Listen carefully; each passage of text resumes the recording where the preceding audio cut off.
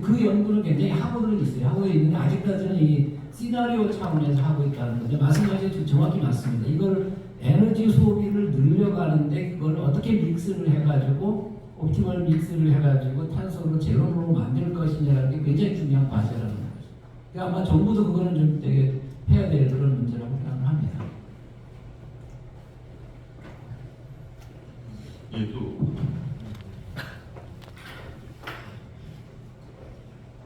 저는 차영주 부장님께 좀 물어보고 싶은 게 있는데요. 예. 저는 주식시장에 자금을 끌어와서 뭐 5천 가구 이런 건 좋겠는데 자금의 성질 되게 중요하다고 생각을 하거든요.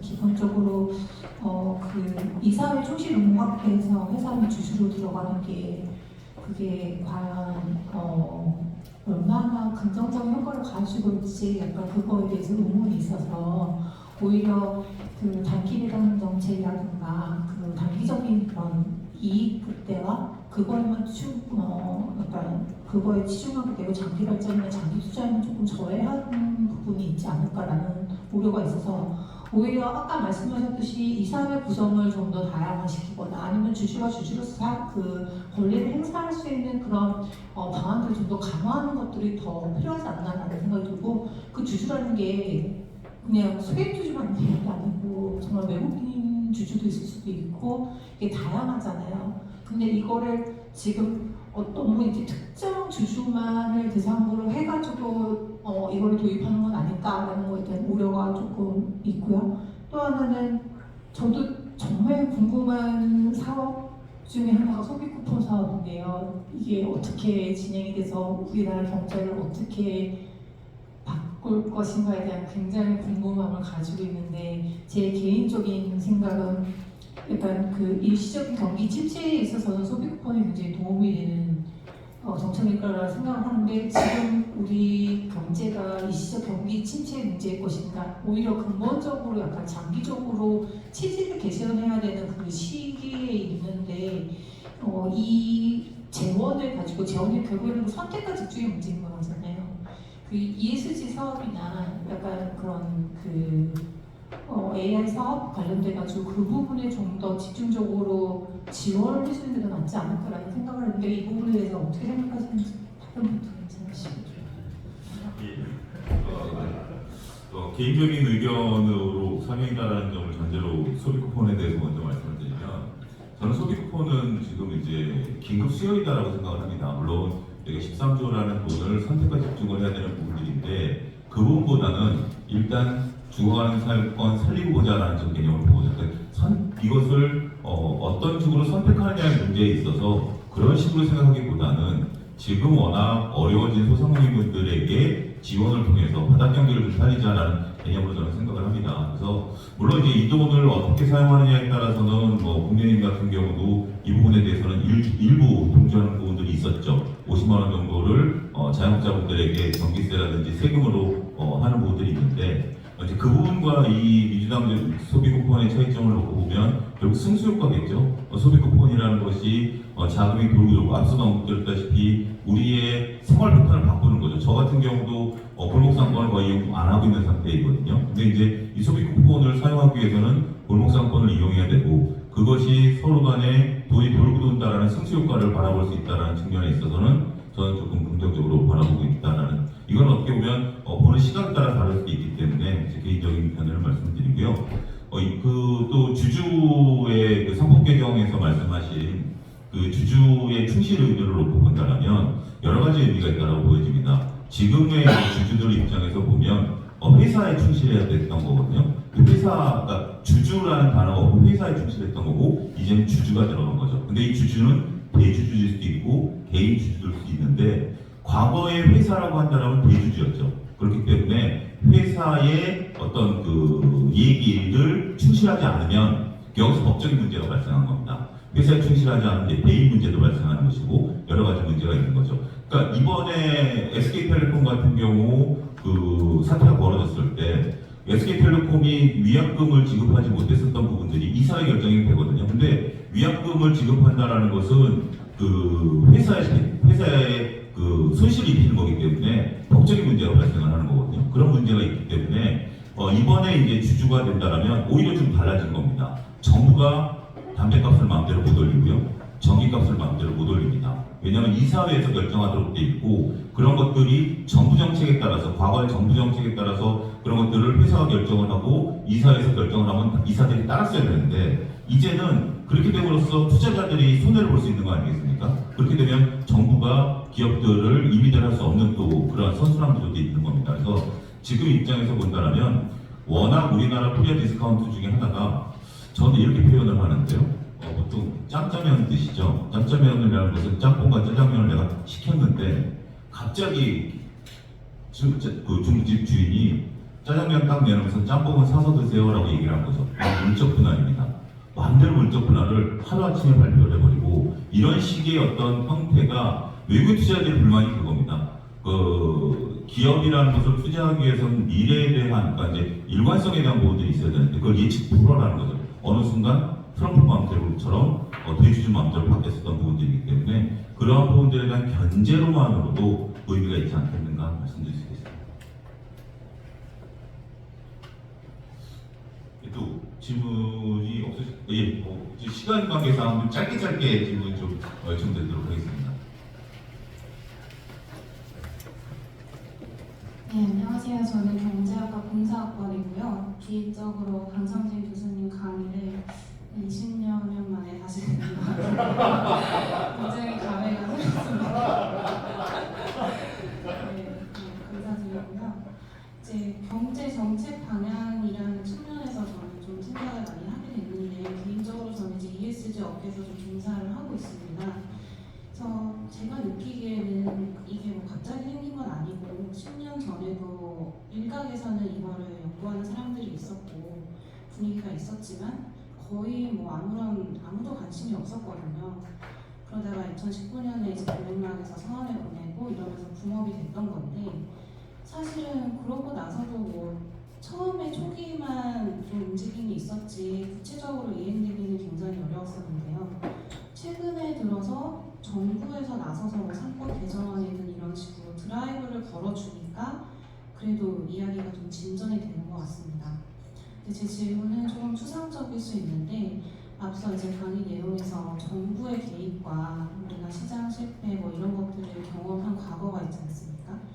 네, 말씀해주신 것처럼 ESG는 사실 저 세 단어로 끝날 간단한 문제가 아니고 굉장히 많은 지표와 사회적 합의와 논의를 깔고 있는 부분이란 말이에요. 근데 이거를 그럼 정부가 어느 정도는 드라이브를 걸어줘야 되는데 어디까지 개입을 해야 될 것인지 그렇게 개입을 하는 것이 우리 경제에 정말 도움이 되는 것인지 이런 부분을 경제학자로서 어떻게 바라보고 계시는지 좀 궁금합니다. 예, 그 어려운 질문. 하필 강조하니까 말조심하라 그러더라고요. 중립을 지켜야 되는데 이제 그런 것 같아요.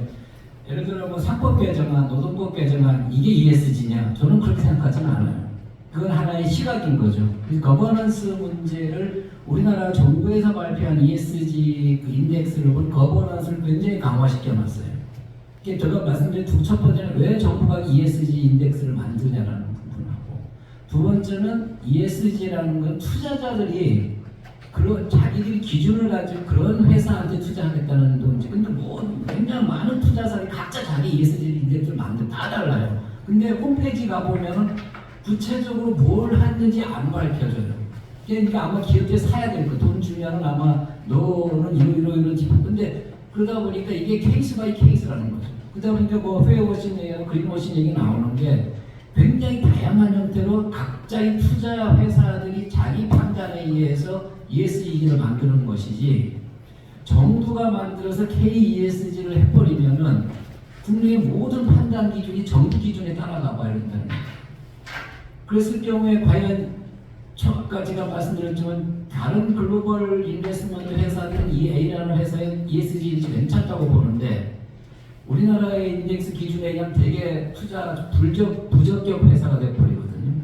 그냥 그게 과연 옳은 거냐라는 건 다른 문제예요. ESG라는 건 결국은 기업이 잘 되게 하기 위한 하나의 방안인 것이지 그거를 어떤 다른 방법을 통해 기업을 통제하는 수단으로 해서는 안 된다. 그래서 정부가 기업을 통제하는 쪽으로 ESG를 하면 안 된다는 거죠. 예를 들어 국민연금 ESG 만들거든요. 내부적으로 만드는데 아직은 발표를 안 해요. 발표 안 하는 이유는 잘못하면은 이게 기업을 억누르는 ESG에 대해서 되면 안 된다는. 그래서 저도 그 회의할 때 발표하라 그러거든요, 오히려. 근데 아직은 못하는 이유가 그런 문제 때문에. 그래서 과연 뭐가 ESG냐라는 들어갔을 때는 기업이나 경제 활동에 도움이 되는 쪽으로 인덱스가 만들어져야 되는 것이지, 그것이 피해가는 쪽으로 하는 게 ESG는 아니다라는. 근데 그게 구체적으로 뭐냐라는 거는 스탠다드는 없고, 스탠다드라는 다른 나라 다른 펀드 회사들이 하는 정도 하면 되지 않겠냐라는 게 제 개인적인 생각입니다.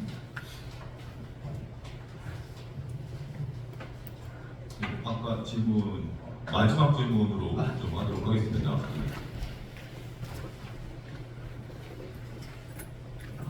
예, 공학번 2000년 질문은 아니고요. 저도 뭐 공사학번 후배처럼 강성진 교수님 강의를 20년 만에 사실 들어가서 처음 관계에 응당합니다. 지금 뭐 ESG가 제가 우리나라 사례는 아닌데요. 제가 한 달 전에 정확하게 부탄을 갔다 왔습니다. 부탄 얘기를 하셔가지고 그래서 좀 하고 싶은 얘기가 있는데, 부탄의 국왕이 뭐 지금 그 국민 행복 국가 지수를 만드셔가지고 뭐 제일 세계에서 가장 행복한 나라라고 이렇게 다들 알고 계시는데, 지금은 그렇지가 않습니다. 지금은 아마 굉장히 40위권 같은 그 지수판까지만 한 40위권, 50위권으로 밀려난 걸 알고 있는데, 왜 그러냐면 지금 이제 국민들이 행복해하지 않는 나라로 부탄이 이제 그렇게 되고 있습니다. 왜 그러냐면 이제 나라가 워낙 가난하다 보니까 경제 성장을 하지 못하고 있고, 국민들이 이제 일자리를 구하지 못하고 있는 상황입니다. 그래서 지난번에 총리님하고 이제 차담을 했는데, 젊은 친구들이 자기 나라를 해외로 유학 가서 돌아오지를 않는다. 왜냐하면 돌아와도 할 게 없고, 또 선진국에서 경험했던 그 후생, 다양한 소비, 후생 이런 것들을 경험을 하지 못하다 보니까 이제 돌아오지 못해서 더욱더 가난해지는 나라가 되는 것 때문에 총리가 고민을 하고 있다. 국왕도 고민을 하고 있다. 그러다 보니까 이제 또 공교롭게도 또 부탄이 그 나라에서 전 세계에서 비트코인을 채굴을 가능하게 하는 나라고, 제가 또 비트코인 채굴 또 장도 한번 가봤거든요. 그러다 보니까 어마어마한 또 에너지를 소모를 하고, 물론 이제 수력 발전이 많기 때문에 뭐 전기가 감당이 되지만 그런 비트코인 채굴하는 나라가 되기 시작했고, 또 이제 국왕이 고민을 하다 보니까 또 산업단지 공단을 또 짓기 시작하고 있습니다. 예전에는 그런 것들을 전혀 하지 않던 나라인데 지금은 공단을 지어가지고 해외 뭐 공장을 유치를 하려고 하는 그런 나라가 이제 되는 게 이제 부탄인데, 뭐 질문은 아닙니다만 이제 교수님께서 하신 말씀이 이게 아무리 행복한 나라고 또 ESG를 주창을 하고 친환경을 하는 나라인데 경제 발전의 수반이 되지 않으면 이 나라가 행복해질 수가 없다라는 생각을 하게 된 것 같아서 오늘 강의 때 요 얘기를 좀 한번 했으면 좋겠다 싶어서 제가 많이 들었습니다. 감사합니다. 예, 굉장히 중요한 걸 해주셔가지고 제가 파워포인트 안 보여드렸는데 제일 마지막에 보면은 유엔에서 발표한 행복 지표가 있거든요. 그 행복 지표 안에 보면은 1인당 소득하고 행복 지수에 관의 관계가 이제 경제학을 하셨으니까 로그를 취하면 완전히 1대1 대우 관계가 나타나요. 이 로그라는 게 우리 할머니 할아버지가 세뱃돈 줄 때 너 초등학생이냐 중학생이냐 대학생이냐 돈 벌고 있냐에 따라 세뱃돈 다르게 주잖아요. 그것이 똑같습니다. 로그를 취해버리면 자기 소득의 퍼센테이지가 같으면 행복도가 같이 올라간다는 겁니다. 그래서 우리가 이제 1인당 소득 그냥 하면 그 부탄 같은 경우는 자기네가 막 혼자 만든 거거든요. 하다가 되게 행복하다 그러는데 말씀하신 대로 객관적으로만 행복하지가 않은 거죠. 그런 게 좀 부탄 부왕이 의도했던 거하고 실제 다른 나라가 객관적으로 봤을 때하고는 좀 다른 게 정확한 지적이신 거예요. 예, 그러면 오늘 전반적인 우리 세미나에서 마치는 것이 어차피 식사도 하셔야 되고요, 6시. 그래서 세미나 이것으로 마치도록 하겠습니다. 감사합니다.